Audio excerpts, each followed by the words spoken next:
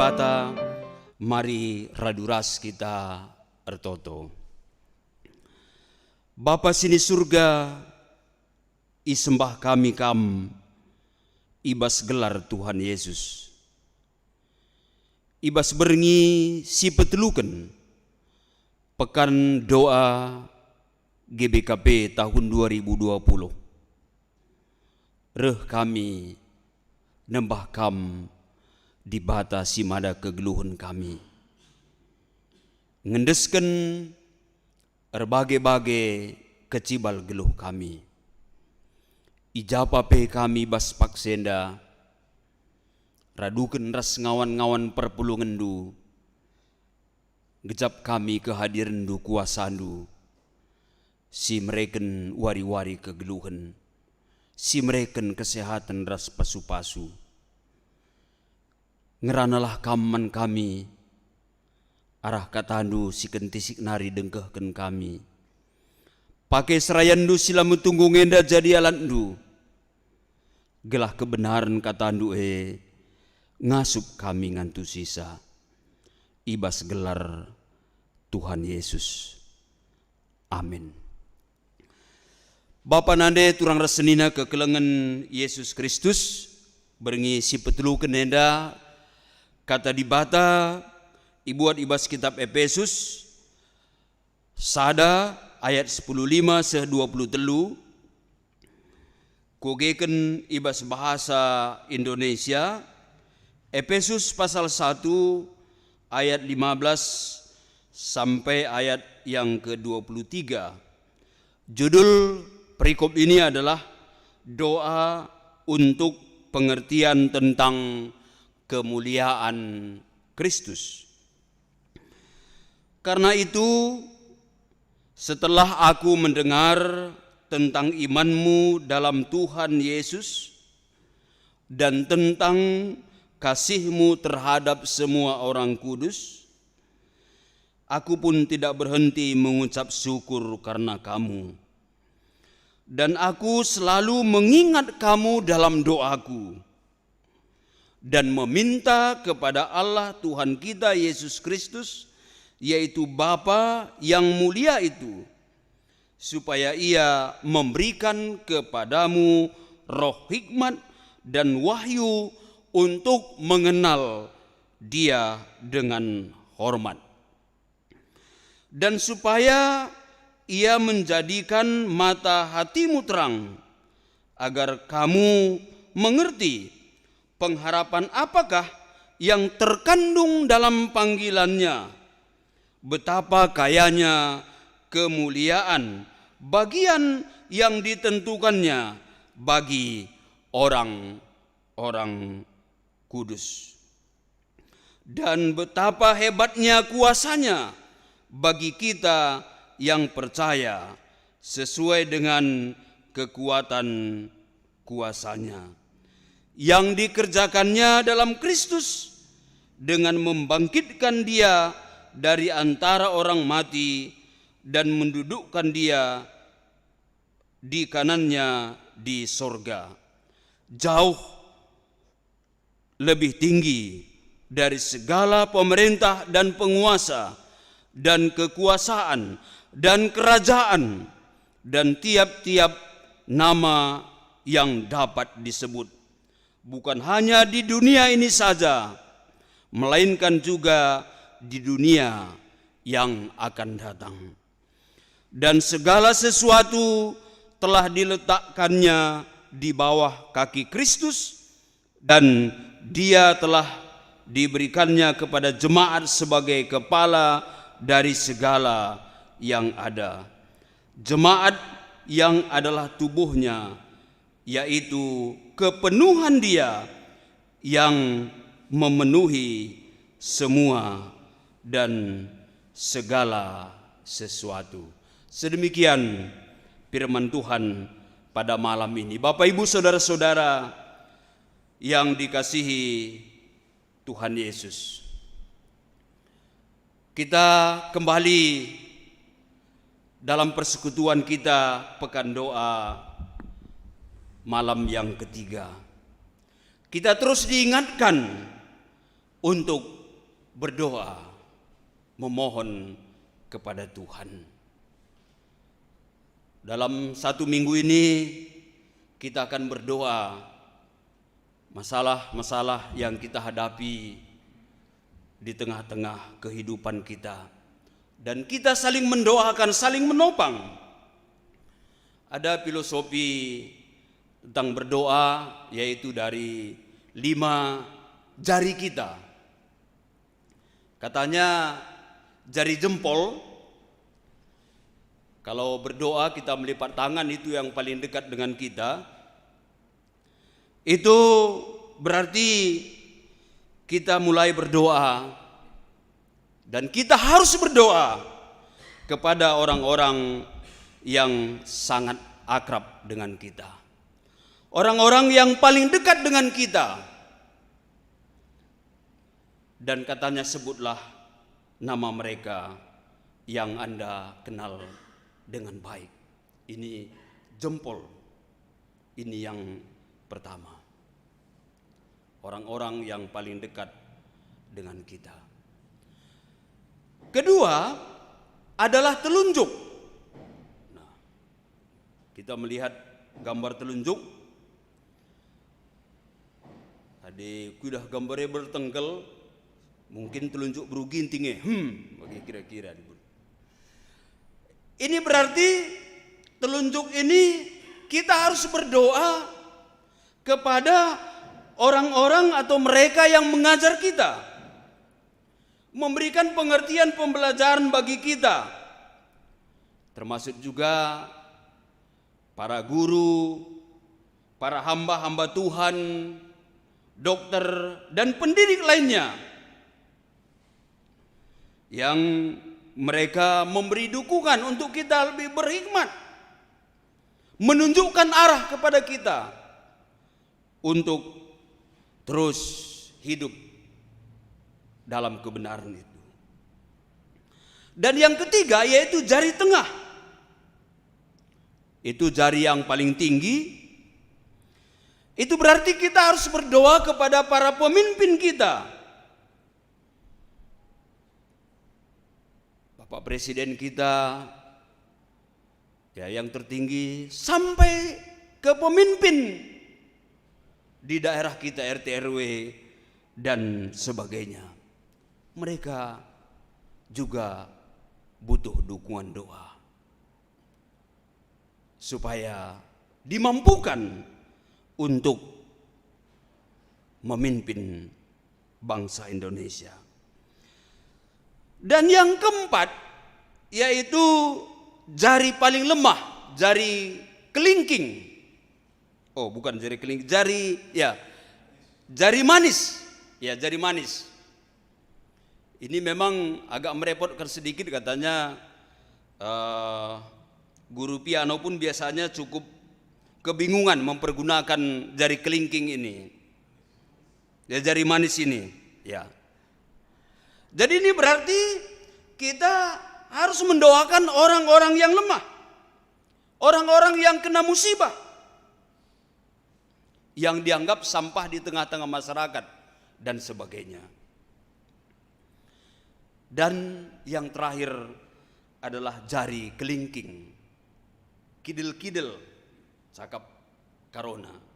Ya. Ini yang paling kecil di antara jari-jari manusia. Ini menggambarkan sikap kita yang seharusnya,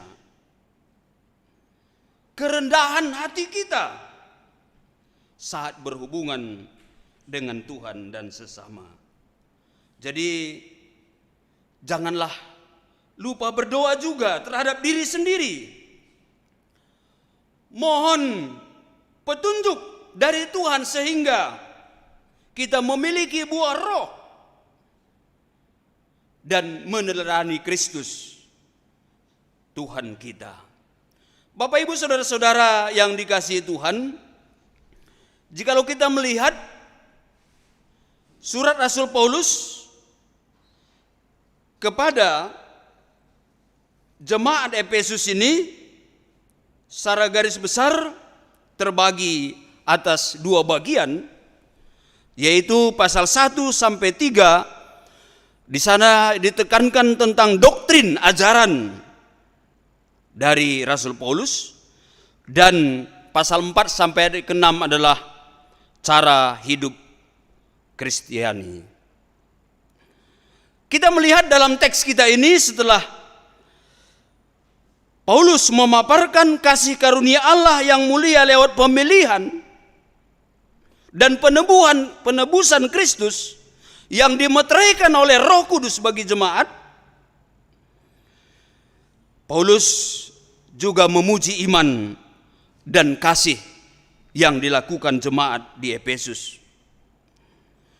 Kalau kita melihat, kita bandingkan dengan kitab apa yang ditulis kepada jemaat Galatia, ada perbedaan karena di sini tidak ada teguran, tapi ada pujian diiringi dengan doa syukur kepada Tuhan atas tanda kutip prestasi kasih yang telah dilakukan oleh jemaat Efesus. Bapak Ibu saudara-saudara yang dikasihi Tuhan, perlu juga menjadi perenungan kita tentang hal ini. Seberapa banyak dari kita yang mampu menaikkan syukur karena melihat kelebihan orang lain. Tidak hanya mengakui, tapi bersyukur kepada Tuhan atas kelebihan, kehebatan orang lain. Bukankah kita hanya atau lebih banyak bersyukur karena berkat-berkat yang kita terima dan juga keluarga kita? Di sana kita mengucap syukur, terima kasih Tuhan. Tapi Rasul Paulus mengingatkan kita, marilah kita senantiasa bersyukur dan menaikkan doa kita. Jikalau pasti banyak sekali orang-orang di sekitar kita yang mempunyai kelebihan yang lebih hebat dari kita, sehingga kita boleh terus berinteraksi dan merasakan tanda kutip kehebatannya itu. Pada ayat selanjutnya kita melihat selain mengucap syukur atas jemaat Efesus, Rasul Paulus juga berdoa agar Tuhan memberikan pencerahan kepada umat tebusannya, meminta kepada Tuhan sehingga roh hikmat dan wahyu untuk mengenal Allah dengan benar. Dan selanjutnya kita melihat ada 3 hal di dalam ayat 17 dan dalam ayat 18. Ada 3 kata di sana yang diingatkan dan itu menjadi kekuatan dogma ini. Yang pertama adalah masalah pengharapan. Itu dicatat dalam ayat 18. Dan supaya ia menjadikan mata hatimu terang agar kamu memberikan pengharapan. Apa yang dimaksud Rasul Paulus di sini tentang pengharapan? Pengharapan atas panggilannya, yaitu panggilan yang tidak mengecewakan. Boleh juga kita bandingkan itu Roma 5 ayat 5. Dan dalam Ibrani pasal 6 ayat 19 sampai 20 dikatakan pengharapan itu adalah sauh atau jangkar. Jadi jiwa tidak akan terombang-ambing oleh gelora ombak dunia ini karena kita mempunyai suatu pengharapan. Apapun yang terjadi dalam pengalaman kehidupan kita, virus boleh ada terus, tapi kita tidak terombang-ambing karena kita mempunyai pengharapan, yaitu hanya kepada Kristus. Dan yang kedua, yaitu tentang kekayaan. Betapa kayanya kemuliaan yang bagian yang ditentukannya bagi orang-orang kudus. Jadi kekayaan bukan hanya bentuk materi, tetapi itu warisan mulia untuk orang yang percaya. yang mempunyai pengharapan, yaitu kehidupan yang kekal bersama Tuhan. Jadi itu menjadi fokus kehidupan kita ketika begitu banyak tantangan yang kita hadapi. Berfokuslah kepada kekayaan yang diberikan Tuhan, yaitu kehidupan kekal. Karena hidup di dunia ini hanya sementara. Dan yang ketiga, masih dalam ayat 18 disebut di sana, ialah hebatnya, kuasanya bagi kita yang percaya. Kuasa dengan kualitas kekal dan ilahi. Kuasa yang tidak ada tandingannya di dunia ini. Dalam ayat selanjutnya ada 6 di sana dikatakan, 6 kalimat kami catat di sini, bagaimana sebenarnya hebatnya kualitas dari kuasa ilahi itu, kuasa Kristus itu. Yang pertama, bahwa Kristus bangkit dari antara orang mati. Ini yang pertama, tidak ada satu orang pun yang bangkit dari antara orang mati. Yang kedua, Kristus duduk di sebelah kanan Bapa di sorga. Itu simbol yang diandalkan dan dikuasakan. Kristus duduk di sebelah kanan Bapa di sorga. Dan yang ketiga, kuasanya lebih tinggi dari segala pemerintah dan penguasa. Dan juga yang keempat, namanya lebih tinggi dari nama yang dapat disebut, baik di dunia ini maupun di dunia yang akan datang. Yang kelima, segala sesuatu termasuk maut telah diletakkan Bapa di bawah kaki Kristus. Dan yang keenam, Kristus adalah kepala dari segala yang ada. Kita sebagai gereja ikut ambil bagian dalam kuasanya. Keenam yang kami catat di sini dalam ayat ini, sekali lagi, ini adalah suatu kualitas Kristus yang kekal, yang juga mampu menempatkan kita sebagai orang-orang pemenang dalam setiap permasalahan yang kita hadapi. Bapak, Ibu, saudara-saudara yang dikasihi Tuhan Yesus, sesuai dengan tema kita pada malam ini, yaitu berdoa untuk jemaat. Tadi dalam pembukaan, dalam filosofi tentang jari tangan, tadi kami katakan bahwa kita berdoa untuk beberapa hal orang-orang tertentu, dan itu semuanya adalah bagian jemaat kita yang terus kita perlu doakan. Kalau dikatakan mendoakan jemaat, tentu bukan hanya seorang pelayan, pendeta, pertua diaken yang mendoakan jemaat, tapi kita semuanya saling mendoakan satu dengan yang lain. Dan kami mencoba dalam situasi seperti ini dan seterusnya juga, memang hal ini sangat perlu bagi kita. Jadi secara praktis kami mencoba sebenarnya di GBKP Pondok Gede, bagaimana cara saling mendoakan ini. Jadi kami telah susun suatu langkah praktis yang sederhana, tetapi dengan satu keyakinan bahwa jikalau ini dilakukan, pasti akan berdampak pada kehidupan rohani jemaat, yaitu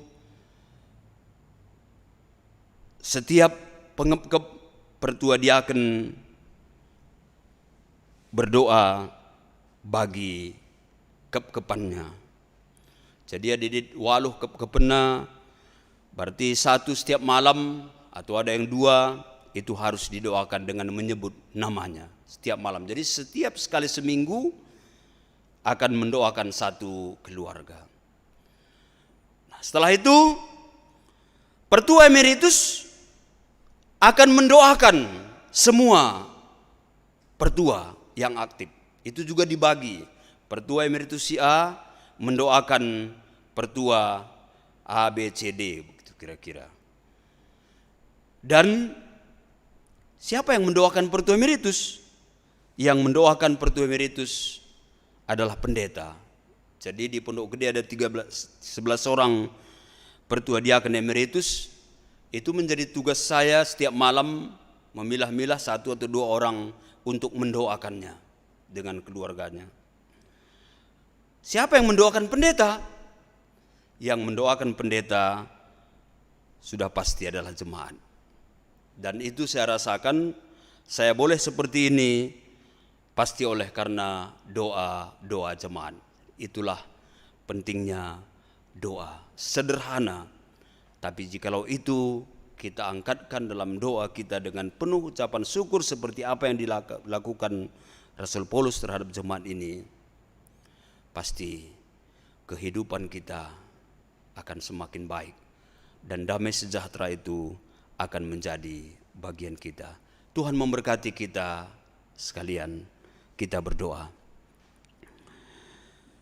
Terima kasih Bapa, melalui surat Rasul Paulus kepada jemaat Efesus, kami diingatkan kembali untuk terus saling berdoa satu dengan yang lain.